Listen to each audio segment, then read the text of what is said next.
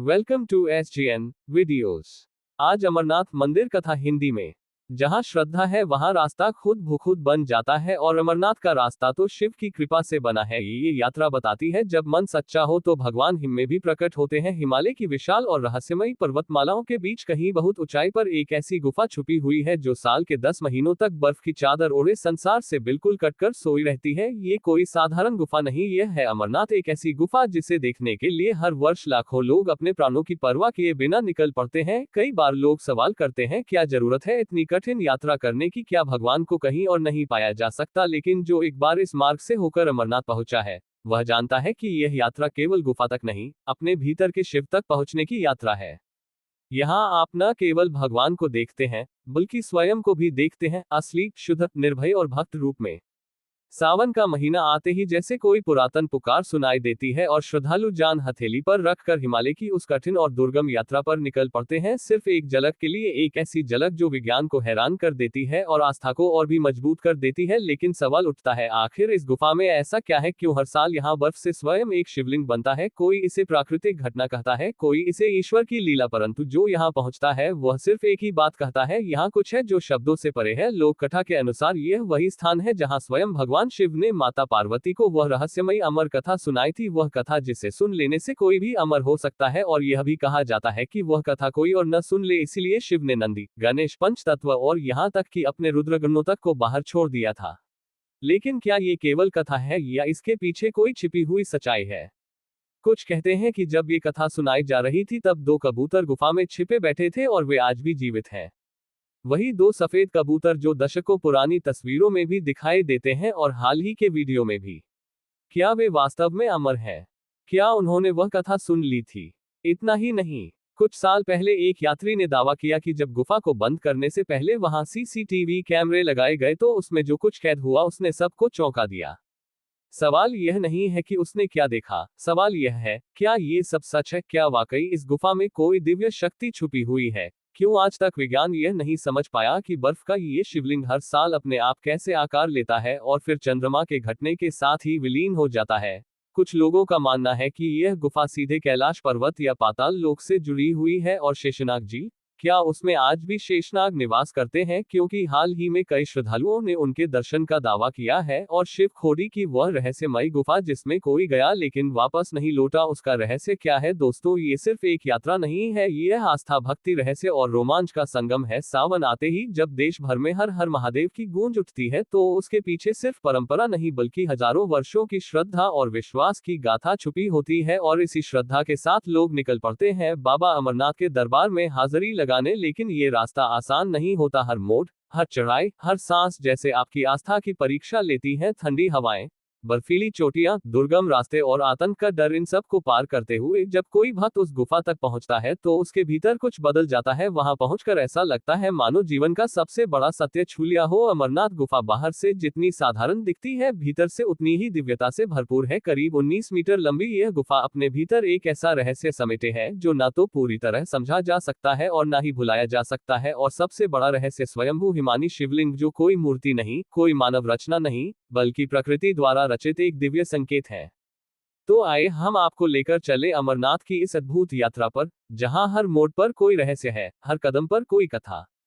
हम जानेंगे उन कहानियों को जो इतिहास से मिटा दी गई, उन सच्चाइयों को जिन्हें आपसे छुपाया गया, और साथ ही जानेंगे कि कैसे आप भी इस यात्रा में सहभागी बन सकते हैं और मृत्यु के चक्र से मुक्ति का मार्ग खोज सकते हैं। तो आइए दोस्तों, इस डॉक्यूमेंट्री की शुरुआत करते हैं। अमरनाथ सिर्फ एक गुफा नहीं बल्कि हजारों वर्षों की आस्था, श्रद्धा और रहस्य से जुड़ी एक अद्भुत कथा है। जम्मू कश्मीर की राजधानी श्रीनगर से लगभग 135 किलोमीटर उत्तर पूर्व में स्थित ये पवित्र गुफा समुद्र तल से करीब 13,600 फीट की ऊंचाई पर स्थित है। यहाँ पहुंचना कोई आसान काम नहीं है। उबड़ खाबड़ रास्ते, ठंडी हवाएं, पत्थरों से ढके पहाड़ और हमेशा बना आतंकियों का डर। लेकिन जो लोग यहाँ पहुंचते हैं उन्हें लगता है जैसे उन्होंने जीवन का सबसे बड़ा सत्य छू लिया हो। अमरनाथ गुफा बाहर से जितनी साधारण दिखती है, भीतर से उतनी ही दिव्य है। करीब 19 मीटर अंदर तक जाती इस गुफा की चौड़ाई लगभग 16 मीटर और ऊंचाई 11 मीटर है। लेकिन इसका सबसे बड़ा चमत्कार, या यूं कहें कि सबसे बड़ा रहस्य है, यहाँ हर साल अपने आप बनने वाला बर्फ का शिवलिंग, ये कोई मूर्ति नहीं, ना ही किसी इंसान द्वारा बनाई गई कोई आकृति, यह है स्वयंभू हिमानी शिवलिंग जो पूरी तरह प्राकृतिक है। और यही कारण है कि इसे केवल एक शिवलिंग नहीं बल्कि शिव की जीवित उपस्थिति का प्रमाण माना जाता है। ये शिवलिंग सावन के महीने में बनना शुरू होता है, यानी कि आषाढ़ पूर्णिमा से लेकर रक्षाबंधन तक की अवधि में जैसे जैसे चंद्रमा बढ़ता है वैसे वैसे ये शिवलिंग भी आकार लेता है। श्रावण पूर्णिमा को इसका आकार अपने चरम पर होता है, करीब 10 फुट ऊंचा, और फिर जैसे जैसे चंद्रमा घटता है शिवलिंग भी धीरे धीरे विलीन होने लगता है। चमत्कार की बात तो यह है कि यह बर्फ ठोस होती है, इतनी ठोस कि वर्षों तक जमा रह सकती है, जबकि गुफा की बाकी बर्फ नर्म होती है जो हाथों पर रखते ही घुल जाती है। गुफा के भीतर से पानी की बूंदें टपकती हैं, इन्हीं बूंदों से धीरे धीरे शिवलिंग आकार लेता है और इसी स्थान को अमृतत्व की गुफा कहा जाता है, क्योंकि पुराणों के अनुसार यही भगवान शिव ने माता पार्वती को अमर कथा सुनाई थी, वह कथा जिसे कोई और न सुने, इसलिए शिव ने पहले नंदी को फिर चंद्रमा, सत, गण और पंच तत्वों को भी त्याग दिया। यहाँ तक कि उन्होंने अपने प्रिय रुद्रगणों को भी बाहर छोड़ दिया ताकि केवल पार्वती यह कथा सुन सके, और यही कारण है कि इस गुफा को तीर्थों का तीर्थ कहा जाता है। ये केवल एक धार्मिक स्थल नहीं, यह एक अनुभव है जो आपको जीवन, मृत्यु और पुनर्जन्म की गहराई से परिचित कराता है। यहाँ आने वाले श्रद्धालु कोई साधारण यात्रा नहीं करते हैं, कोई पैदल चलता है, कोई डंडी में सवार होकर आता है, तो कोई बर्फ में नंगे पांव, सिर्फ इसलिए कि एक झलक मिल जाए उस शिवलिंग की, जिसे देखना मानो साक्षात शिव के दर्शन करना है। यहाँ तक कि वृद्ध, बीमार और बच्चे भी इस कठिन यात्रा पर निकलते हैं, क्योंकि ऐसा माना जाता है कि जो जीवन में एक बार भी बाबा अमरनाथ के दर्शन कर ले, वह जन्म मृत्यु के चक्र से मुक्त हो जाता है। यात्रा कठिन है, लेकिन जब आप गुफा के सामने पहुंचते हैं, ठंडी हवाओं के बीच घंटियों की आवाज, हर हर महादेव की गूंज और सामने बर्फ से बने शिव की उपस्थिति, तो मन, वचन और आत्मा तीनों एक साथ झुक जाते हैं। यह है अमरनाथ, जहां हर साल साक्षात शिव हिम के रूप में प्रकट होते हैं, एक ऐसा धाम जहां विज्ञान भी मौन हो जाता है। पर क्या आपने कभी सोचा है कि पर्वत की इन ऊंचाइयों के बीच इतने दुर्लभ स्थान पर इस गुफा की खोज किसने की? माना जाता है कि इस गुफा की खोज एक मुस्लिम चरवाहे ने की थी। तो चलिए अब जानते हैं इस गुफा की खोज का असली इतिहास, जिसे आपसे छुपाया गया। इतिहासकारों के अनुसार अमरनाथ गुफा की खोज 16वीं शताब्दी में एक मुस्लिम चरवाहे बूटा मलिक ने की थी। दरअसल एक दिन बूटा मलिक अपनी बकरियों को चराने पहाड़ों में ले गया, वहां उसे एक साधु मिले जिन्होंने उसे कोयले से भरा एक थैला दिया। जब उसने घर जाकर वह थैला खोला तो उसमें हीरे जवाहरात भरे हुए थे। ये देखकर वह काफी प्रसन्न हुआ और उस साधु को धन्यवाद देने वापस उसी स्थान पर गया, लेकिन वहां वह साधु नहीं थे, वहां सिर्फ बर्फ से बना एक शिवलिंग था। बाद में बूटा मलिक ने यह बात गांव वालों को बताई और तभी से अमरनाथ की यात्रा शुरू हुई। आज भी अगर आप किसी हिंदू से अमरनाथ के बारे में पूछेंगे तो आपको यही कहानी बताई जाएगी। लेकिन ये कहानी केवल एक कथा है, सच्चाई नहीं। 12वीं सदी के इतिहासकार कल्हण द्वारा लिखी गई पुस्तक राज तरंगिनी में उल्लेख है कि कश्मीर के राजा संधिमती अमरनाथ की गुफा में जाकर बर्फीले शिवलिंग की पूजा करते थे। यहाँ तक कि भारतीय पुरातत्व विभाग भी इस गुफा को 5000 साल से अधिक पुरानी मानता है, यानी कि यह गुफा महाभारत काल से भी पहले अस्तित्व में थी। एक अन्य ग्रंथ के अनुसार राजा सामदा दामद शैव कश्मीर के राजा थे और वे पहलगाम के पास बर्फ के शिवलिंग की पूजा करने जाया करते थे। और बर्फ का शिवलिंग तो केवल एक ही है और वह है अमरनाथ। नीलमत पुराण में भी अमरनाथ की गुफाओं का वर्णन मिलता है। ये सारी सच्चाइयां उस समय की हैं जब इस्लाम के पैगंबर मोहम्मद का जन्म भी नहीं हुआ था, यानी कि हमें भ्रमित करने के लिए बूटा मलिक की कहानी घड़ी गई। अब इसके पीछे इतिहासकारों की क्या मंशा रही होगी ये तो मैं नहीं जानता, परंतु सच यही है कि यह गुफा हजारों साल पुरानी है और आज भी भोलेनाथ यहाँ वास करते हैं। और साथ ही वास करते हैं वे दो कबूतर जिन्होंने भोलेनाथ से अमृतत्व की कथा सुन ली थी। तो चलिए अब जानते हैं भगवान शिव और इस स्थान के निर्माण से जुड़ी कथा के बारे में। अमरनाथ हिंदुओं के सबसे पवित्र तीर्थ स्थलों में से एक है और हर वर्ष लाखों लोग बाबा बर्फानी शिवलिंग के दर्शन के लिए यहाँ आते हैं। इस शिवलिंग की उत्पत्ति को लेकर हिंदू पौराणिक ग्रंथों में एक कथा मिलती है, जिसके अनुसार इस स्थान पर शिव जी ने माता पार्वती को अमर होने की कथा सुनाई थी। दरअसल एक दिन माता पार्वती ने शिव जी से कहा, प्रभु मेरा शरीर तो नश्वर है जो एक दिन मृत्यु को प्राप्त होगा, परंतु आप अमर हैं, इसका कारण क्या है? मैं भी अमर होना चाहती हूँ। तब शिव ने कहा, ये सब अमर कथा के कारण है। ये सुनकर माता पार्वती अमर कथा सुनने की जिद करने लगी। शिव जी इसे लंबे समय तक टालते रहे, परंतु जब पार्वती जी की जिज्ञासा अत्यधिक बढ़ गई तब उन्होंने सोचा कि अब ये कथा सुना ही देनी चाहिए। लेकिन शिव जी नहीं चाहते थे कि इस कथा को कोई और सुने, इसलिए वे एक सुनसान स्थान की तलाश में अमरनाथ की गुफा की ओर चल पड़े। रास्ते में उन्होंने अपने सभी साथियों को अलग अलग स्थानों पर छोड़ दिया ताकि कोई और यह कथा न सुन सके। उन्होंने नंदी महाराज को बैलगाम, आज का पहलगाम में छोड़ दिया। अपनी जटाओं से चंद्रमा को निकालकर चंदनवाड़ी में छोड़ा। फिर शेषनाग तालाब के पास अपने गले में लिपटे वासुकी नाग को छोड़ा। इसके बाद अपने पुत्र गणेश को महागणेश पर्वत पर रुकने के लिए कहा और अंत में उन्होंने पंच तत्वों को भी रास्ते में ही छोड़ दिया। माना जाता है कि पंचतरणी वही स्थान है जहां ये पांच तत्व वायु, जल, अग्नि, पृथ्वी और आकाश एकाग्रित हो जाते हैं। इन सभी तत्वों को छोड़ने के बाद महादेव माता पार्वती के साथ अमरनाथ गुफा में पहुंचे। उन्होंने ये सुनिश्चित किया कि उस स्थान पर उनके अलावा कोई और न हो। गुफा के भीतर एक सुख पक्षी मौजूद था। अब शिवजी ने माता पार्वती को कथा सुनाना शुरू किया और उन्हें कहा कि तुम बीच बीच में हुंकार भरती रहना ताकि मैं जान सकूं कि तुम ध्यानपूर्वक सुन रही हो। अब महादेव ने अमर कथा शुरू की। देवी पार्वती बीच बीच में हुंकार भरती रही, परंतु कुछ समय पश्चात माता पार्वती को नींद आ गई। शिव जी कथा सुना रहे थे और उस कथा को पार्वती के अलावा वह सुख भी बड़े ध्यानपूर्वक सुन रहा था। जब माता पार्वती सो गई तब वह पक्षी बीच बीच में हुंकार भरने लगा, परंतु कुछ समय बाद भगवान शिव को संदेह हुआ कि ये हुंकार पार्वती की नहीं किसी और की है। शिव जी ने जब मुड़कर पार्वती की ओर देखा तो वह गहरी निद्रा में थी और उनके बीच बैठा हुआ कबूतर हुंकार भर रहा था। ये देखकर शिव जी क्रोधित हो उठे और अपना त्रिशूल लेकर उस पक्षी को मारने दौड़े, लेकिन कथा सुनकर पक्षी बहुत ज्ञानी हो चुका था और वो अपने ज्ञान के बल पर माया का इस्तेमाल करके व्यास जी की पत्नी के गर्भ में जा छिपा। चौंकाने वाली बात यह थी कि वह सुख व्यास जी की पत्नी के गर्भ में 12 वर्षों तक रहा। तब भगवान शिव ने उस सुख को आश्वासन दिया कि तुम्हें कोई नहीं मारेगा। इसके पश्चात वह सुख गर्भ से बाहर निकला और वेद व्यास जी का पुत्र कहलाया। उस सुख ने गर्भ में ही वेदों और पुराणों का ज्ञान प्राप्त कर लिया था और बाहर आते ही वह तपस्या के लिए एकांत वास में चला गया। बाद में वह सुख देव मुनि के नाम से संसार में प्रसिद्ध हुआ। वैसे क्या आपको पता है, जब शिव जी ने अमर कथा सुनाई थी तो पार्वती और उस सुख के अलावा कोई और भी था जिसने यह अमर कथा सुनी थी और जो आज भी अमरनाथ गुफा में वास करता है? तो आइए पहले जानते हैं इसकी सच्चाई। जो भी भक्त अमरनाथ के दर्शन करने जाता है उसकी बस एक ही मनोकामना होती है कि उसे अमर कबूतरों के दर्शन हो जाएं।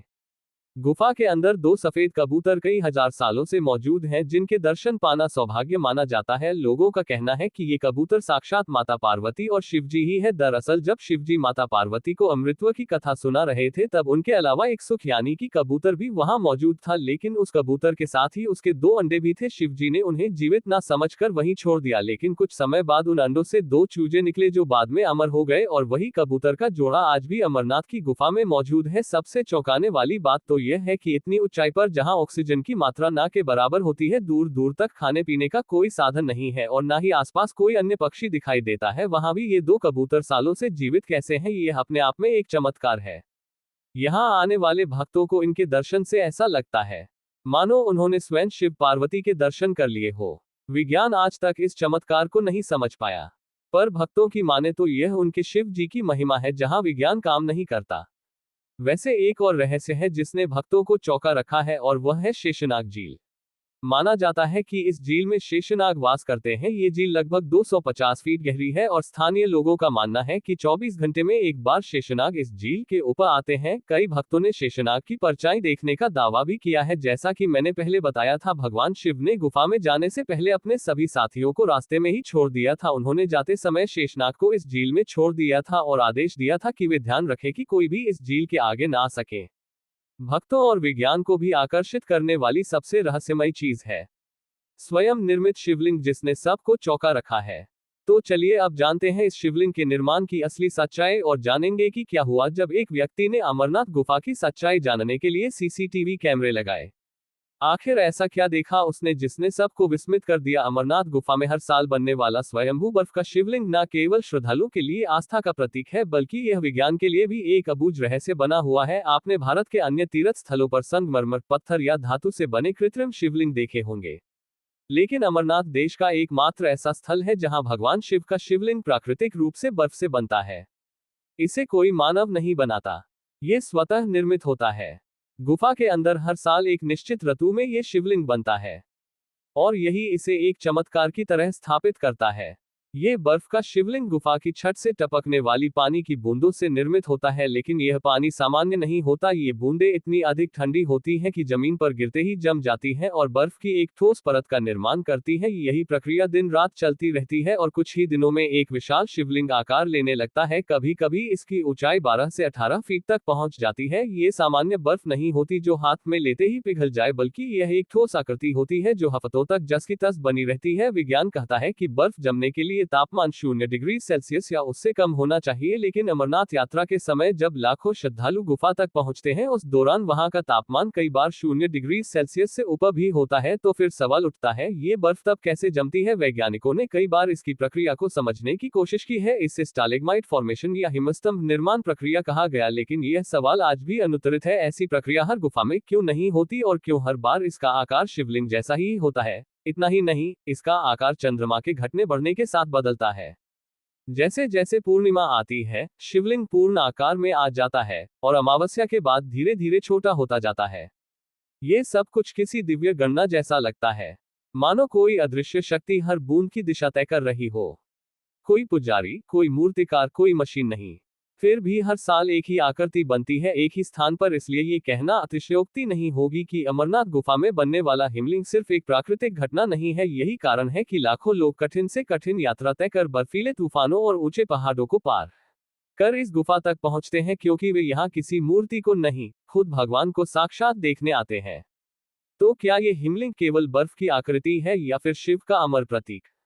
जवाब शायद विज्ञान कभी न दे पाए, लेकिन हर साल गुफा में बम बम भोले की गूंज के साथ जो भाव उत्पन्न होते हैं वे किसी वैज्ञानिक सिद्धांत से नहीं, श्रद्धा और अनुभव से पैदा होते हैं। क्या हुआ जब एक शख्स ने अमरनाथ की गुफा में चोरी छिपे सीसीटीवी कैमरे लगा दिए? एक बार की बात है, जम्मू कश्मीर के रहने वाले एक शख्स जिसका नाम महेश था, उसने चोरी छिपे बचते बचाते अमरनाथ गुफा के बंद होने के 2 दिन पहले गुफा में एक सीसीटीवी कैमरा लगा दिया। उसे साथ ही यह डर भी सता रहा था कि अगर किसी ने वह कैमरा देख लिया तो वह मुसीबत में पड़ सकता है, लेकिन किसी की नजर कैमरे पर नहीं पड़ी और 2 दिन बाद गुफा बंद कर दी गई। महेश ने देखा कि गुफा के बंद होने से कुछ ही देर पहले एक साधु गुफा के अंदर प्रवेश कर रहा है। उसने देखा कि सारे भक्त और पुजारी गुफा बंद करके अपने अपने घर लौट रहे थे, लेकिन वह साधु गुफा के अंदर ही बैठा रहा और ध्यान करने लगा। महेश ने सोचा कि वह ये बात जाकर पुजारी को बता दे, पर उसने ये भी सोचा कि अगर वह ये बात पुजारी को बताएगा तो उसकी सीसीटीवी वाली बात भी सामने आ जाएगी और उसके लिए परेशानी हो जाएगी, जिसके पश्चात वह चुपचाप उस साधु पर नजर बनाए रहा। देखते ही देखते एक हफ्ता बीत गया। महेश ने देखा कि साधु का शरीर पतला होता जा रहा है। उसने सोचा कि शायद कुछ ना खाने पीने की वजह से ऐसा हो रहा है, लेकिन 1 महीना बीतने के बाद देखा कि अब साधु गायब होता जा रहा है। अब केवल उसकी हड्डियां ही दिख रही हैं। ये देखकर महेश के तो होश ही उड़ गए। अब कुछ महीने बीतने के बाद ऐसा लगने लगा मालूम वह साधु हवा में झूल रहा हो, और देखते ही देखते गुफा खुलने से पहले वह साधु पूरी तरह गायब हो गया। इस दृश्य ने महेश को चौंका दिया। अब हैरान परेशान महेश मंदिर के पुजारी के पास गया और उसे पूरी बात बताई। तब पुजारी ने महेश को बताया कि वह साधु कोई साधारण साधु नहीं था। वे साधु शिव के ध्यान में लीन होकर सिद्ध अवस्था में पहुंच गए थे, जहां जीवन मरण जैसा कुछ नहीं होता। वहां सिर्फ वे और उनके शिव जी होते हैं। साथियों, आज भी हिमालय की चोटियों में कई ऐसे साधु संत मौजूद हैं जो कई वर्षों से तपस्या में लीन हैं। इसलिए इस बात को झुठलाया नहीं जा सकता। वैसे आप भी जरूर अमरनाथ की यात्रा करना चाहेंगे, तो चलिए अब चलते हैं अमरनाथ की इस कठिन मगर रोमांचक यात्रा पर। अगर आपने कभी जीवन में उससे एक यात्रा का सपना देखा है जो केवल आपके शरीर को नहीं आपकी आत्मा को भी झकझोर दे, तो वह यात्रा है बाबा अमरनाथ की यात्रा। ये कोई आम यात्रा नहीं है, यह एक ऐसा सफर है जो आपके संकल्प, आपकी श्रद्धा और आपके धैर्य की अंतिम परीक्षा लेता है। हर साल जब सावन की शुरुआत होती है, लाखों शिव भक्त हिमालय की गोद में छिपी उस रहस्यमयी गुफा की ओर बढ़ते हैं, जहां बर्फ से स्वयं निर्मित शिव प्रकट होते हैं। बिना किसी मूर्तिकार के, बिना किसी प्रयास के यात्रा की शुरुआत होती है। पंजीकरण से सरकार द्वारा निर्धारित कुछ तारीखों पर रजिस्ट्रेशन शुरू होता है, जिसमें मेडिकल फिटनेस सर्टिफिकेट जरूरी होता है, क्योंकि यह यात्रा आसान नहीं है। आप 2 मुख्य मार्गों से अमरनाथ गुफा तक पहुंच सकते हैं। पहला पहलगाम से होकर जाता है और लगभग 46 मील लंबा है। दूसरा रास्ता बालताल से होकर जाता है जो लगभग 14 मील लंबा है, लेकिन अधिक दुर्गम और खड़ी चढ़ाई वाला है। अगर आप पहलगाम से यात्रा शुरू करते हैं तो आपका पहला पड़ाव होता है चंदनवाड़ी, जहां से असली चढ़ाई शुरू होती है। हर कदम के साथ ऑक्सीजन की मात्रा कम होने लगती है, लेकिन श्रद्धा बढ़ती जाती है। इसके बाद आता है पिसू टॉप, जहाँ की चढ़ाई इतनी कठिन है कि ऐसा लगता है मानो शिव खुद आपके संकल्प की परीक्षा ले रहे हो। फिर आप पहुंचते हैं शेषनाग, एक शांत झील जो मान्यता के अनुसार शेषनाग का वास स्थान है। यहाँ की नीली झील में हिमालय की परछाई इतनी साफ दिखती है कि लगता है आप किसी दूसरी दुनिया में आ गए हैं। रात वहीं गुजारनी पड़ती है, तंबुओं में खुले आसमान के नीचे। ठंड हड्डियों तक पहुंचती है, लेकिन भक्तों की टोली बम बम भोले के जयकारों से वातावरण को गूंजा देती है। अगली सुबह अब बढ़ते हैं महागुण पास की ओर, जो सबसे ऊंचा बिंदु है इस यात्रा का। करीब 14,000 फीट की ऊंचाई पर वहां से उतरते ही आता है पंचतरनी, जहां 5 धाराओं के मिलने से बनी एक पवित्र जगह है। कहते हैं यही भगवान शिव ने 5 पवित्र तत्वों का त्याग किया था। यही से गुफा केवल कुछ ही किलोमीटर दूर रह जाती है, लेकिन यही रास्ता सबसे कठिन होता है। गुफा के पास पहुंचते ही जैसे आपकी थकान हवा हो जाती है। दूर से दिखती है एक विशाल चट्टानों के बीच छिपी वह गुफा, जिसके अंदर बर्फ से बना शिवलिंग चुपचाप खड़ा है, मानो हजारों वर्षों से भक्तों की प्रतीक्षा कर रहा हो। जब आप उसके सामने खड़े होते हैं तो समय थम सा जाता है, आपकी सांसें धीमी हो जाती हैं, आंखों में नमी आ जाती है और आपको यकीन हो जाता है कि भगवान केवल किताबों में नहीं, यहाँ आपके सामने है। यात्रा में सुविधाएं हैं लेकिन सीमित हैं। रास्ते में टेंट, मेडिकल कैंप, लंगर और पोनी पालकी की व्यवस्था होती है, लेकिन ठंड, ऑक्सीजन की कमी, बारिश और भूस्खलन जैसी चुनौतियां हर मोड़ पर आपका इंतजार करती हैं। मोबाइल नेटवर्क गायब हो जाता है और आपको समझ आता है कि अब आप शहरों की दुनिया में नहीं, शिव की भूमि में हैं। अमरनाथ यात्रा केवल चढ़ाई नहीं है, यह अहंकार से भक्ति तक की यात्रा है।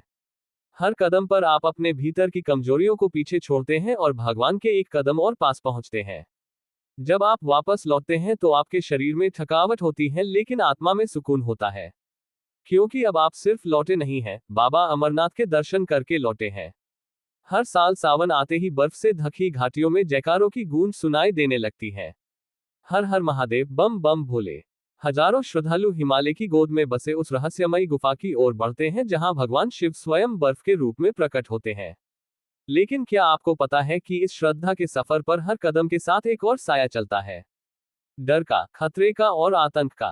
पिछले 30 सालों में अमरनाथ यात्रा सिर्फ एक आध्यात्मिक यात्रा नहीं रही, ये बन चुकी है आस्था और आतंक के बीच चल रही एक लंबी लड़ाई का प्रतीक। वो गुफा जहां भगवान शिव ने माता पार्वती को अमृत का रहस्य सुनाया था, उस पवित्र स्थान को भी आतंकियों ने बार बार लहूलुहान करने की कोशिश की है। सबसे पहला हमला हुआ था 1930 के दशक में, और तब से लेकर आज तक 14 से अधिक बार आतंक का नंगा नाच इस तीर्थ भूमि पर हो चुका है। लेकिन इन सभी हमलों में एक तारीख ऐसी थी जिसने पूरे देश को झकझोर दिया। 1 अगस्त साल 2000, उस रात जब पहाड़ों पर चांद चमक रहा था, श्रद्धालु अपने तंबू में विश्राम कर रहे थे, तभी एक भयावह गूंज ने सब कुछ बदल दिया। आतंकियों ने अंधाधुंध गोलियां बरसाईं, 32 मासूम श्रद्धालु मारे गए। वो दिन अमरनाथ यात्रा के इतिहास का सबसे काला अध्याय बन गया। फिर आया साल 2017। इस बार आतंकियों ने एक श्रद्धालु की बस को निशाना बनाया। बस में सवार थे वे भक्त जो बाबा बर्फानी के दर्शन कर लौट रहे थे। गोलियों की आवाज में हर हर महादेव के जयकारे दबने लगे। इस हमले में 8 श्रद्धालु मारे गए, जिनमें महिलाएं भी शामिल थी। और फिर भी उस बस में बचने वालों ने जो कहा वह सुनकर आप कांप उठेंगे, हम फिर आएंगे बाबा के दरबार में, चाहे कुछ भी हो जाए। हर साल आतंकियों की ओर से धमकियां आती हैं, यात्रा रोकने की कोशिशें होती हैं, लेकिन इन सब के बावजूद श्रद्धालुओं की संख्या कम नहीं होती, बल्कि हर साल बढ़ती जाती है, क्योंकि यहाँ केवल पैरों की यात्रा नहीं होती, यहाँ आस्था की पराकाष्ठा पर चलना होता है। क्या ये केवल संयोग है कि हर हमले के बावजूद यात्रा फिर से होती है, या फिर यह बाबा अमरनाथ की कृपा है जो अपने हर भक्त को अपने दरबार तक खींच लाती है, किसी आतंकी की गोली से नहीं, केवल उसकी भक्ति से। सुरक्षा एजेंसियां आज 24 घंटे तैनात रहती हैं। सीआरपीएफ, सेना और जम्मू कश्मीर पुलिस मिलकर इस यात्रा को सुरक्षित बनाते हैं। जगह जगह check point, dog squad, CCTV, drone आदि की व्यवस्था होती है, लेकिन फिर भी कहीं ना कहीं खतरे का साया मंडराता रहता है। और ऐसे माहौल में भी न तो बुजुर्ग रुकता है, न ही जवान युवक, क्योंकि जब बुलावा आता है तो डर रास्ता नहीं रोकता। प्यारे साथियों, अमरनाथ यात्रा केवल एक धार्मिक अनुष्ठान नहीं है, यह एक आत्मिक परीक्षा है। ये पर्वतीय चढ़ाई से कहीं अधिक है, ये भीतर के अहंकार, डर और सीमाओं से संघर्ष करने का नाम है। जब कोई श्रद्धालु बर्फीली घाटियों, ऑक्सीजन की कमी, बारिश, भूस्खलन और आतंकवाद जैसे हर खतरे को पार करता है, तो वह केवल दर्शन के लिए नहीं आता, बल्कि अपनी आस्था की पराकाष्ठा सिद्ध करने आता है। हर वर्ष आतंक की धमकियों के बावजूद जब लाखों लोग बम बम भोले के जयकारों के साथ आगे बढ़ते हैं तो ये सिद्ध हो जाता है कि सच्ची श्रद्धा को कोई भय, कोई बंदूक और कोई बारूद रोक नहीं सकता। अमरनाथ की यात्रा में केवल शरीर थकता है, आत्मा तो और अधिक प्रज्वलित हो जाती है। ये कहानी हमें सिखाती है कि ईश्वर तक की राह आसान नहीं होती है, लेकिन अगर इरादा पवित्र हो और आस्था अडिग तो सबसे कठिन रास्तों से होकर भी इंसान उस परम सत्य तक पहुंच सकता है। ये यात्रा हमें ये भी सिखाती है कि भक्ति केवल मंदिरों में झुकने का नाम नहीं, बल्कि अपने डर, अहंकार और लोभ को पीछे छोड़ने का साहस है। अमरनाथ की यात्रा हमें ये यकीन दिलाती है कि जब बुलावा आता है तो कोई भी ताकत रोक नहीं सकती, क्योंकि यह यात्रा शरीर की नहीं आत्मा की होती है। और अंत में यही सच्चाई अमरनाथ यात्रा को सिर्फ एक तीर्थ नहीं बल्कि एक जीती जागती प्रेरणा बना देती है। अमरनाथ की यात्रा शरीर की नहीं आत्मा की यात्रा है, जहां हर कदम पर शिव स्वयं साथ चलते हैं। बर्फ की चट्टानों के बीच छिपा है एक अग्नि, वो अग्नि है आस्था की, जो हर यात्री के दिल में जलती है। कठिनाइयां चाहे जितनी भी हो, जब दिल से हर हर महादेव निकलता है तो पर्वत भी झुक जाते हैं। अमरनाथ की गुफा तक पहुंचना उतना कठिन नहीं जितना भीतर के अंधकार से लड़कर शिव तक पहुंचना। भक्ति वह दीपक है जो तूफानों में भी बुझता नहीं। अमरनाथ यात्रा उसका सबसे पवित्र प्रमाण है। डर और आस्था एक साथ नहीं रह सकते। जहां बम बम भोले गूंजता है वहां भय समाप्त हो जाता है। भी कभी भगवान पाने के लिए हमें अपनी सीमाओं को पार करना पड़ता है। अमरनाथ वही सीमा है। ये यात्रा सिखाती है कि शिव केवल गुफा में नहीं, हमारी हिम्मत में बसते हैं। अमरनाथ यात्रा सिर्फ हिमालय की वादियों में बर्फीली पगडंडियों पर चलने का नाम नहीं है। ये जीवन की सबसे कठिन परीक्षा में अपने विश्वास को कायम रखने का नाम है। ये वह सफर है जहां शरीर थकता है, सांसें टूटती हैं, लेकिन आत्मा नई ऊर्जा से भर जाती है। यहाँ हर मोड़ पर एक सवाल खड़ा होता है, क्या मैं आगे बढ़ पाऊंगा? और हर मोड़ पर श्रद्धा जवाब देती है, हाँ, क्योंकि बाबा मेरे साथ है। यात्रा की शुरुआत होते ही जैसे कोई अदृश्य शक्ति आपको भीतर से पुकारती है।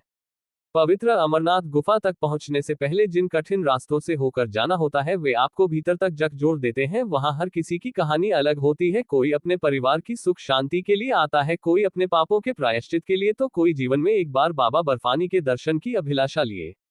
अधिक वृत्तचित्र कहानियां वीडियो देखने के लिए सब्सक्राइब और कमेंट करना न भूलें।